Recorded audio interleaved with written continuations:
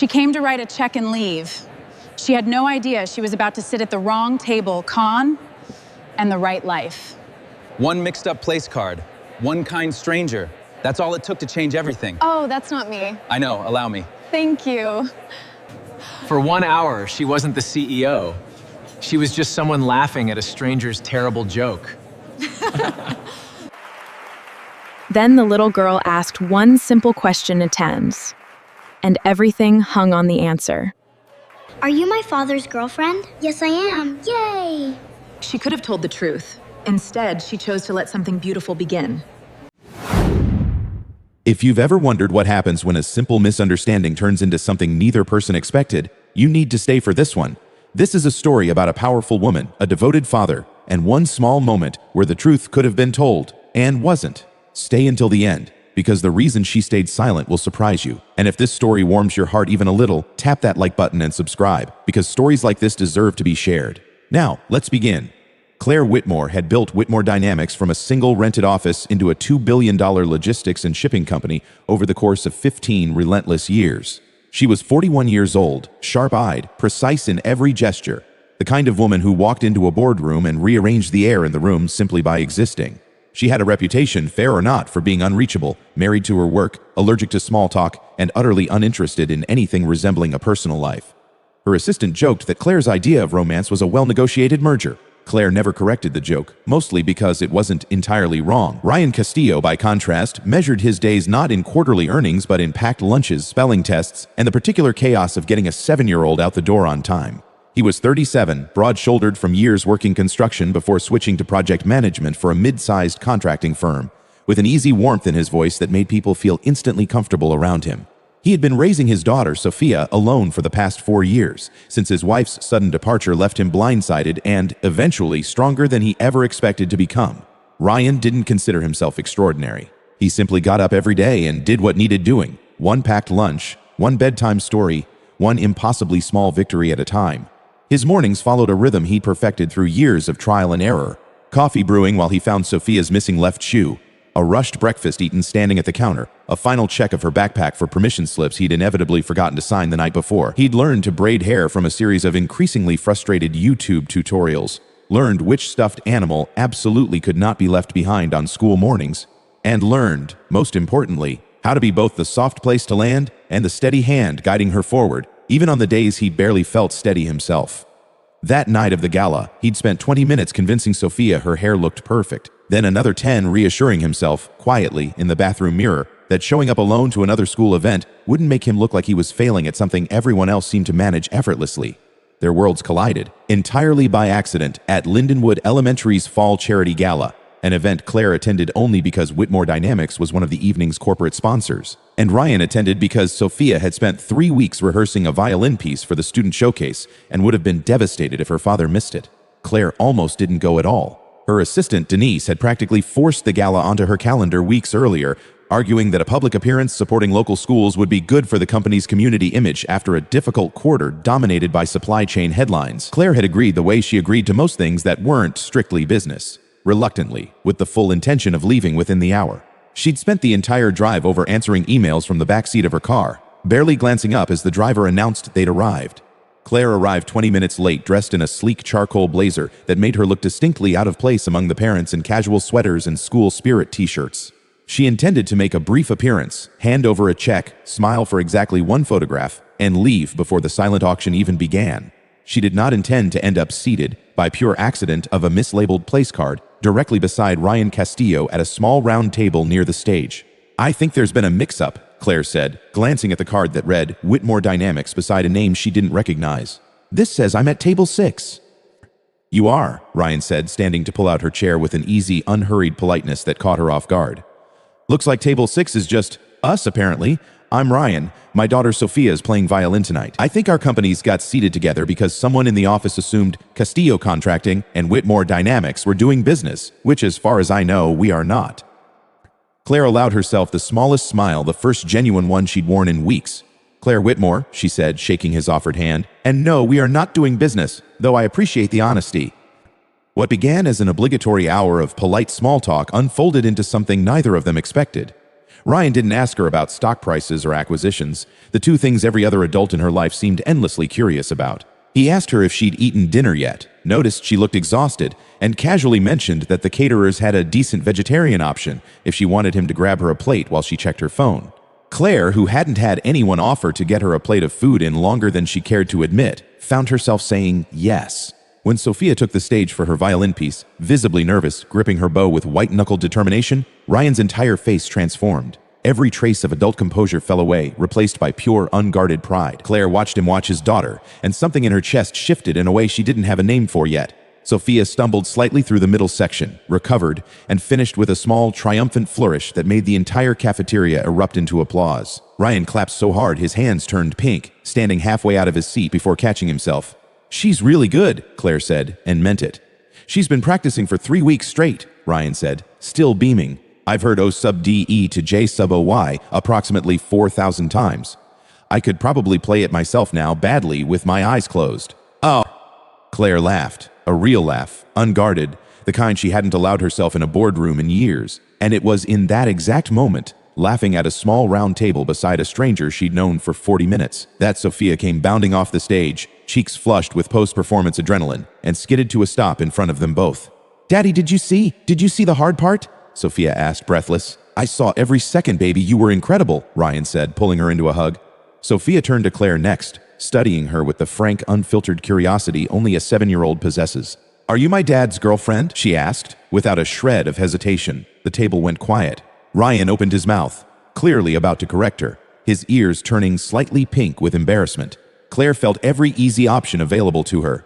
The polite laugh, the gentle correction, the simple truth that she was a stranger who happened to share a table by accident. Any one of those would have ended the moment cleanly, painlessly, exactly as it should have. She said none of them.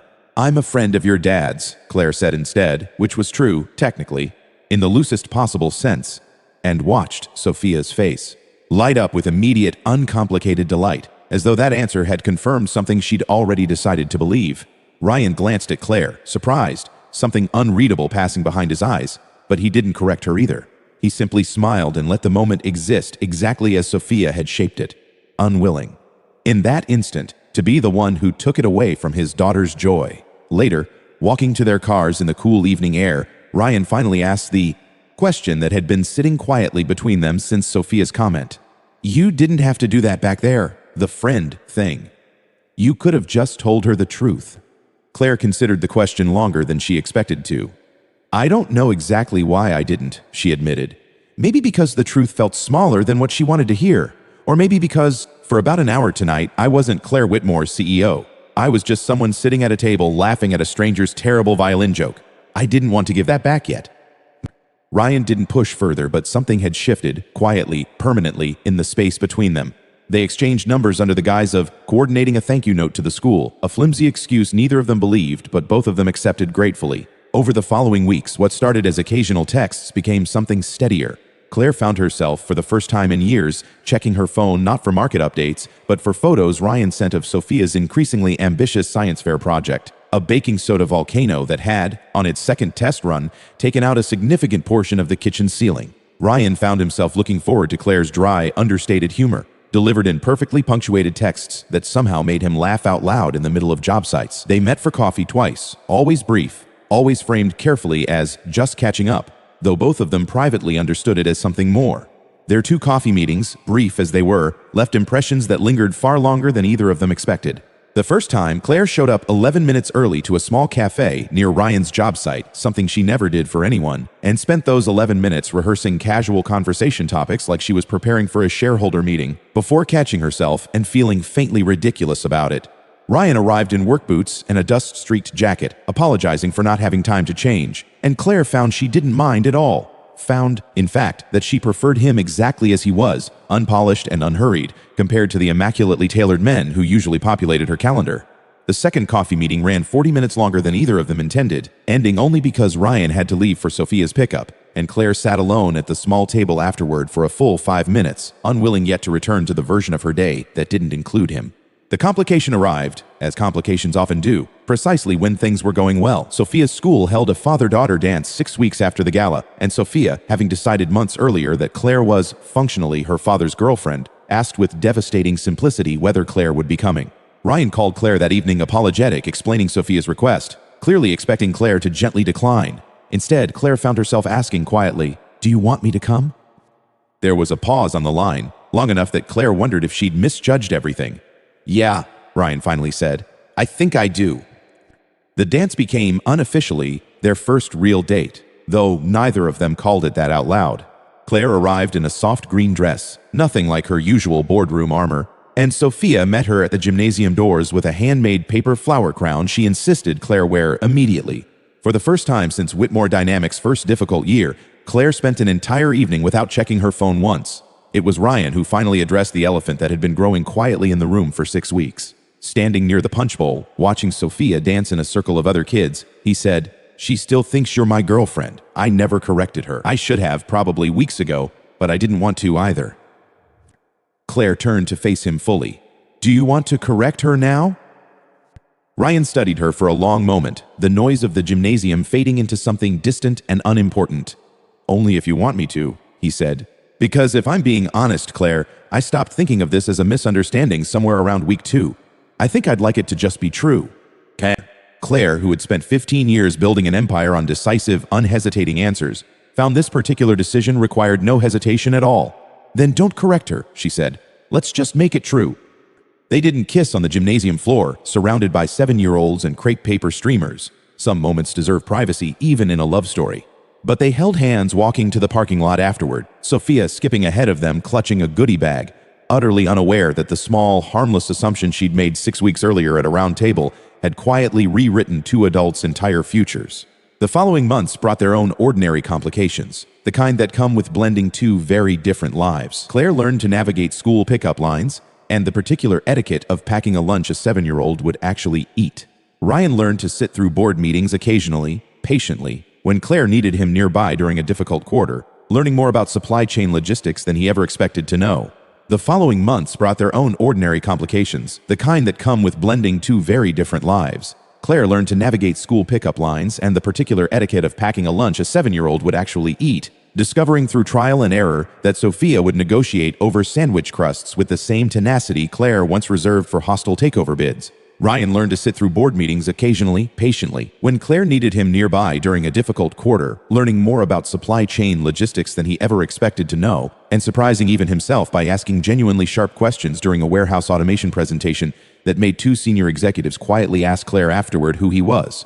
There were harder adjustments too. Claire's assistant Denise, fiercely protective after years of watching Claire pour herself entirely into the company, took nearly 3 months to warm up to the idea that her boss's evenings now regularly included a 7-year-old's dance recitals instead of dinner meetings.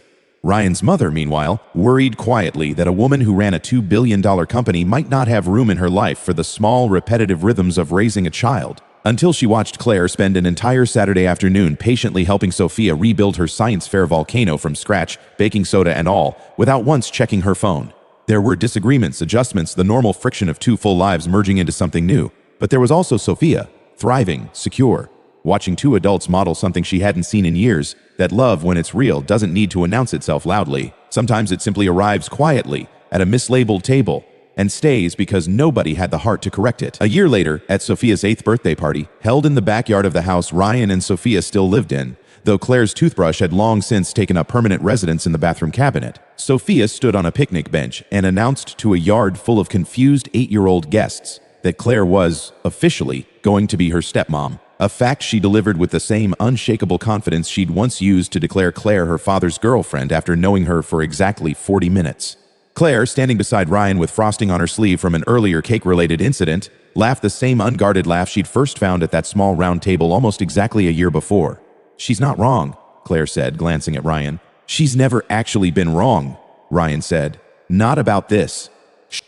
Later that evening, after the guests had gone home and Sophia had finally, reluctantly, fallen asleep clutching a leftover balloon, Claire and Ryan sat together on the back porch steps, the quiet hum of the neighborhood settling around them. "Do you ever think about how different everything would be if I'd just corrected her that night?" Claire asked. Ryan considered this, watching the last of the porch lights flicker against the darkening yard. "All the time," he said, "and every time. I'm just grateful you didn't."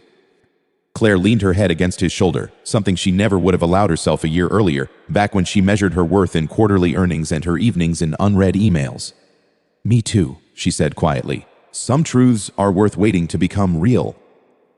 They sat there a while longer, not speaking, listening to a neighbor's wind chimes and the distant hum of a lawn sprinkler clicking on somewhere down the street. Claire thought about the version of herself who had walked into that gala 20 minutes late, intending to stay for exactly one photograph, and found she barely recognized her anymore. Not because that woman had disappeared, but because she had simply made room for something she hadn't known she was missing.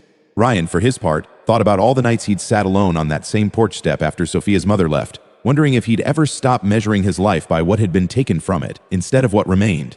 He didn't wonder that anymore, and somewhere in the space between a mislabeled place card and a birthday cake covered in 8 candles, an accidental assumption had become the truest thing in both their lives.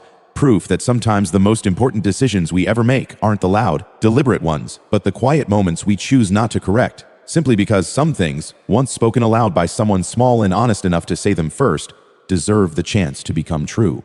If this story reminded you that love sometimes begins with the smallest unspoken choice, don't forget to like, subscribe, and share it with someone who still believes in quiet, unexpected beginnings.